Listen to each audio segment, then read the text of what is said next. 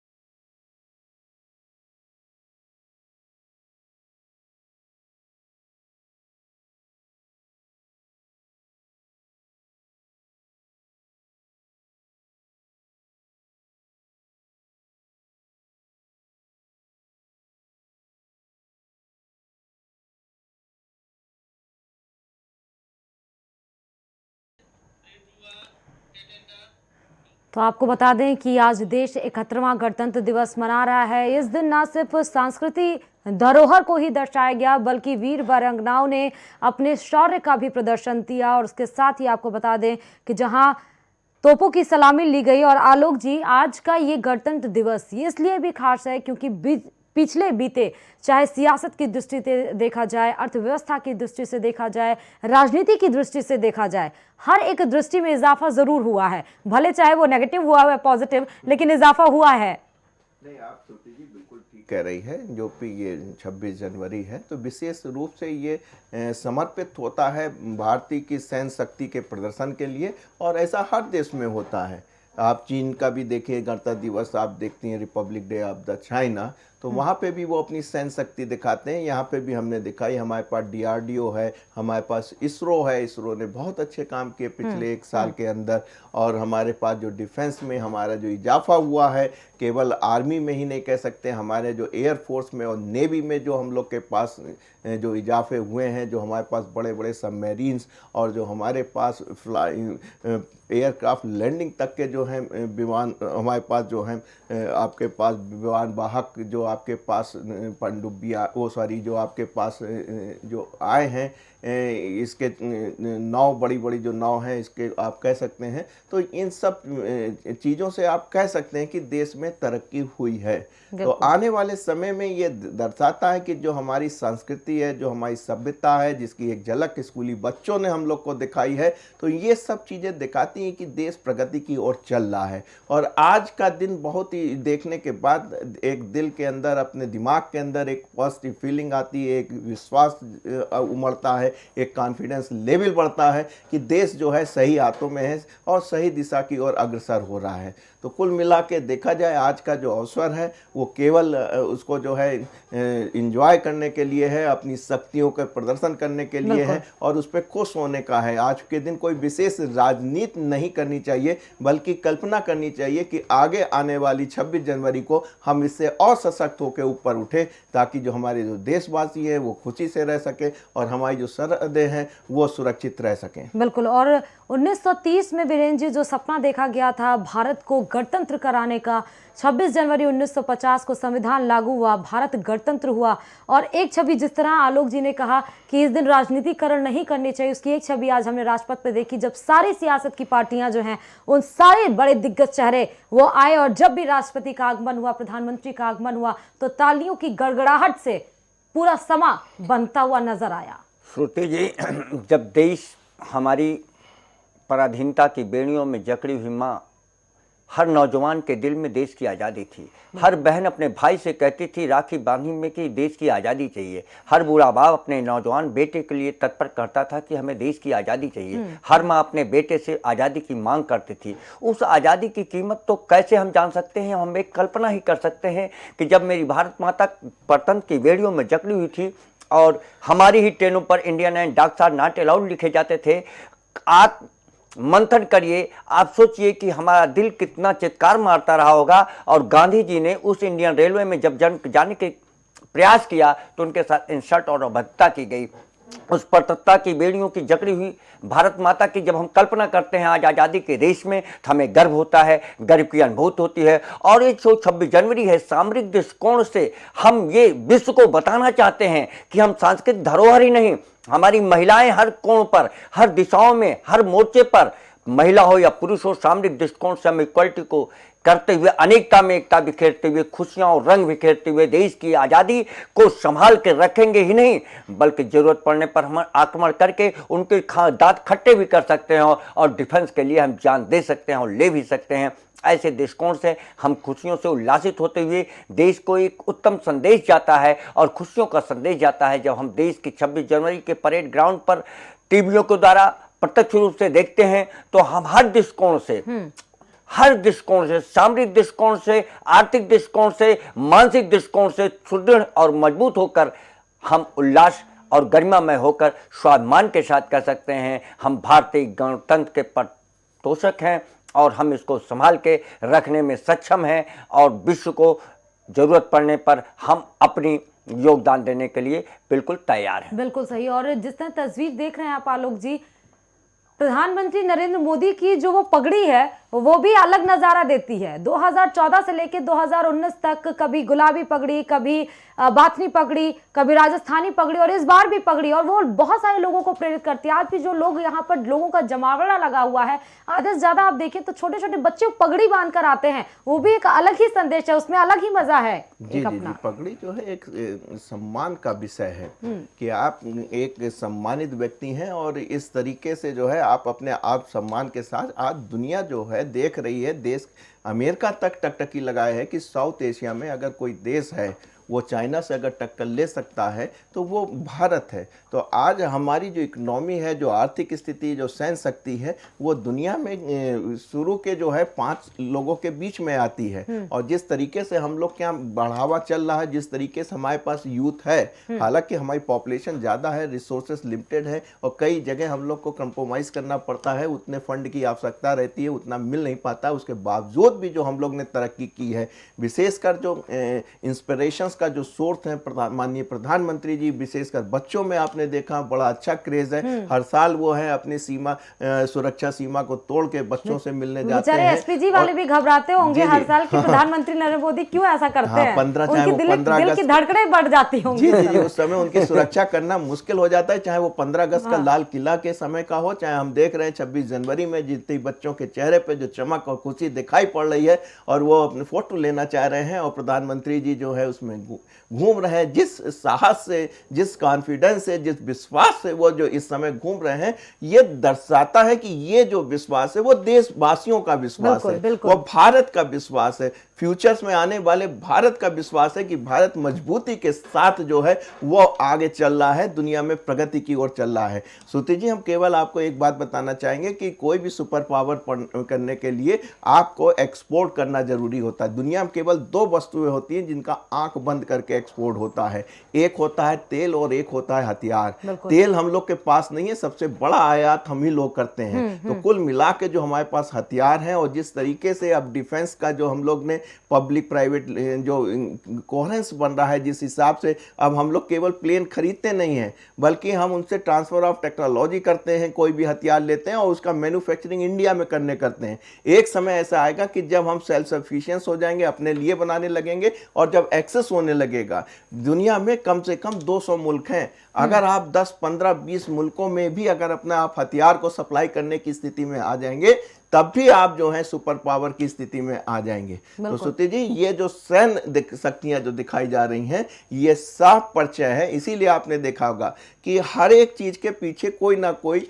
संदेश छुपा रहता है। ब्राजील के जो राष्ट्रपति जी लाए गए हैं, उनको मुख्य अतिथि बनाया गया है, उसका मुख्य कारण भी यही है कि ब्राज़ील में इस समय उनकी जो इकोनॉमी है वो बिल्कुल इंडियन सर्कमस्टेंसेस की तरह है, और वहाँ पे दक्षिण अफ्रीका का देश है, अमेरिका का देश है, काफ़ी तेज़ी से बढ़ रहा है। तो हमें उम्मीद है कि यहाँ पे जो उनको बुलाया गया, अपनी सैन्य शक्ति दिखाई गई है, हो सकता है कुछ हथियारों का आयात जो है वो ब्राज़ील कर ले। और ये तो भी चीज है कि व्यापार जो है वो 8.2 बिलियन का है आलोक जी। आगे आने वाले दिनों में वो व्यापार को और बढ़ाते हुए भी हम नजर आ सकता है। जी जी, इसीलिए ब्रिक्स बनाई गई है, जिसके अंदर जो है ब्राजील, इंडिया, चाइना और सोवियत यूनियन, ये 4 बड़े देश हैं, और ये चाहते हैं कि जो डॉलर जो है वो जो उससे जो इकोनॉमिक हम लोग की फ्लक्चुएट करती है वो जो है दूर हो जाए, और हम लोग चारों मिलके एक अपनी करेंसी बना ले, जिससे कि सेल्फ सफिशिएंसी के साथ हम लोग अपने व्यापार को अंजाम दे सके। तो इसीलिए ब्राजील का राष्ट्रपति जी का आज आना ऐसे अवसर पे बहुत ही शुभ है, और मैं देख रहा हूँ कि सॉफ्टवेयर कंपनियां इस समय ब्राजील में बुरी तरीके से पहुंच चुकी हैं इंडियंस की, और वहां पे काफी अच्छा काम कर रही है। हालांकि वहां पे थोड़ी सी उनके प्रॉब्लम्स रहती हैं, क्योंकि वहां पे जो है निग्रोस की अपनी एक छोटी सी प्रॉब्लम्स है, इस तरीके की रहती, लेकिन फिर ओवरऑल जो है वो नाइजीरिया से बेहतर है ब्राजील, और अच्छा काम वहां चल रहा है। बिल्कुल सही। और ना सिर्फ वीरेंद्र जी हमारे प्रधानमंत्री दूरदृष्टि के हैं, बल्कि समसरसता, वो जो व्यक्तित्व है उनकी, जो विश्वास है लोगों का कि एसपीजी सुरक्षा को छोड़कर और चारों तरफ वो चक्कर लगाते हुए, हाथ हिलाते हुए लोगों से, और लोगों के दिलों की जो धड़कन है वो इसमें बस समाई रहती, बस किसी ना किसी तरीके से वो एक फोटो में कैप्चर कर ले प्रधानमंत्री नरेंद्र मोदी को। और साथ ही आज ब्राजील कि जो राष्ट्रपति हैं बोल्सोनारो, उनको तभी निमंत्रण कर लिया हमारे प्रधानमंत्री ने जब ब्रिक्स की सम्मेलन में गए थे। ये होती है दूरदृष्टि, और यही नजरिया है, तभी आज भारत जो है वो सर्वश्रेष्ठ भारत की दिशा में चल पड़ा है। श्रुति जी, हमारे प्रधानमंत्री निश्चित तौर से इस देश की गरिमा सम्मान के प्रद्योतक हैं। उन्होंने एक शब्द कहा था कि हम न किसी से सर झुकाएंगे, हाथ मिलाते हैं, आंख में आंख मिलाकर बात करते हैं। और ऐसा आपने देखा होगा विदेशी दौरे पर जब राष्ट्रपति अमेरिका से मिलते हैं तो बड़े गर्मजोशी के साथ हाथ मिलाते हुए, आंखें मिला के मिलते हैं। और उन्होंने बात अपने स्पीच में भी कहा था कि हम झुकाते नहीं। और आज ब्राजील के राष्ट्रपति आए हैं तो न किसी को छोटा मानते हैं न बड़ा मानते हैं। हम देश के प्रत्येक व्यक्ति को इक्वलिटी और समता, समानता के, समरसता के अधिकार से सम्मान देते हैं, और निश्चित तौर से विश्व को संदेश देने का प्रयास करते हैं कि हम एक हैं, अनेक में भी एक हैं, और समता समरसता के द्योतक हैं। आज हमारी सैन्य शक्ति निश्चित तौर से विश्व को प्रदर्शित करते हुए ये जता रही है कि आज विश्व का कोई भी वार होगा तो बगैर भारत देश की सहमति या संतुष्टि के बगैर वो संभव नहीं हो सकता है। आज भारतीय जनमानस गर्भोक्ति से और स्वाभिमान से कहने में सक्षम है कि अगर अमेरिका हो या रूस हो, चाइना हो या जापान हो, इंग्लैंड हो या चीन हो, बगैर भारत के वो विश्व के किसी भी कोने पर सामरिक दृष्टिकोण से कोई भी एबाइट नहीं कर सकता है, कोई नजरअंदाज नहीं कर सकता है। नजरअंदाज कोशिश करेगा तो निश्चित तौर से उसका अंजाम बुरा होगा। हम सामरिक दृष्टिकोण से बहुत सक्षम और बहुत सबल हो चुके हैं। आज हम विकासशील देश होते हुए भी विकसित देश की श्रेणियों में जाकर खड़े हुए हैं, जहां पर बगैर हमें देखे हुए दूसरों को देखना भी असंभव है। बगैर मेरी सहमति के ऐसा विश्व में कुछ भी होना असंभव है। इसलिए हम गर्वोक्त और स्वाभिमान सम्मान से भरपूर ओज और जोश से इस देश के गणतंत्र में शामिल होकर जय हिंद की भावना के साथ जय हिंद, जय एकता, भारत माता की जय कहते हैं। बिल्कुल। और 1955 से ही आलोक जी रामलीला, आपको बता दें, राजपथ पर ही गणतंत्र दिवस मनाया जाने लगा। प्रथम नागरिक होने के नाते जहां पर हमें पहला राष्ट्रपति के रूप में राजेंद्र प्रसाद मिले, और वो जब ध्वजारोहण जब किया गया होगा स्वतंत्रता गणतंत्र दिवस मिलने के बाद से, आज वो सफर चलते चलते आज उसी राष्ट्रपति के रूप में हमें रामनाथ कोविंद भी मिले।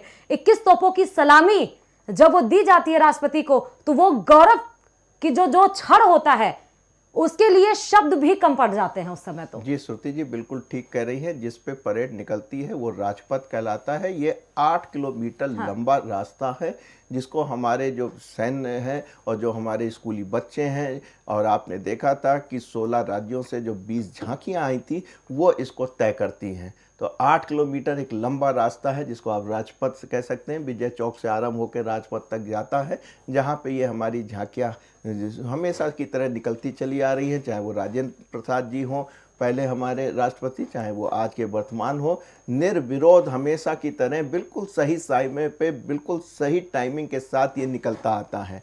आपने देखा भी था कि जो ठीक 10 बजे झंडा का रोहण होना है तो ठीक 10 बजे हुआ था।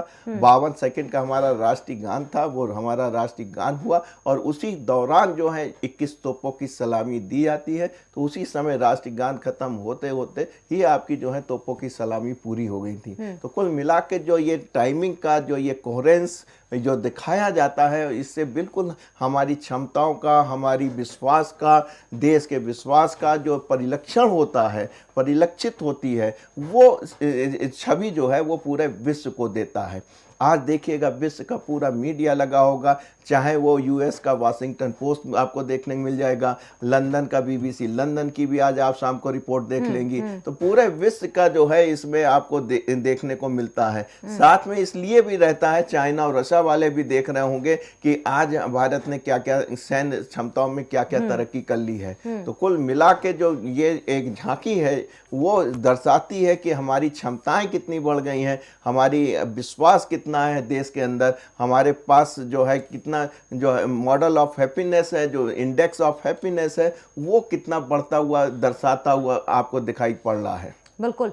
और राजपथ पर आते हुए आज क्योंकि राष्ट्रीय समर स्मारक पर उन शहीदों को श्रद्धांजलि दी गई, वीरेंद्र जी, जो न सिर्फ देश की आज़ादी के वक्त अपने जान को न्यौछावर किया था इस धरती के लिए, इस धरती के लोगों के लिए, बल्कि उस दिन से लेकर आज तक लगातार वो सरहद पर तैनात रहते हैं, बिना अपने जान की फिक्र किए हुए, बिना किसी त्यौहार का फिक्र किए हुए। उनके लिए त्यौहार भी वो सरहद ही है, उनकी जान भी वो सरहद ही है। आज उनको जब अग्नि प्रज्वलित की जाती है उनके लिए, तो आज पहली बार राष्ट्रीय समर स्मारक वो भव्य नजारा और वो सलामी और वो दीप प्रज्वलन ये दर्शाता है, ये है हमारी भारत की संस्कृति।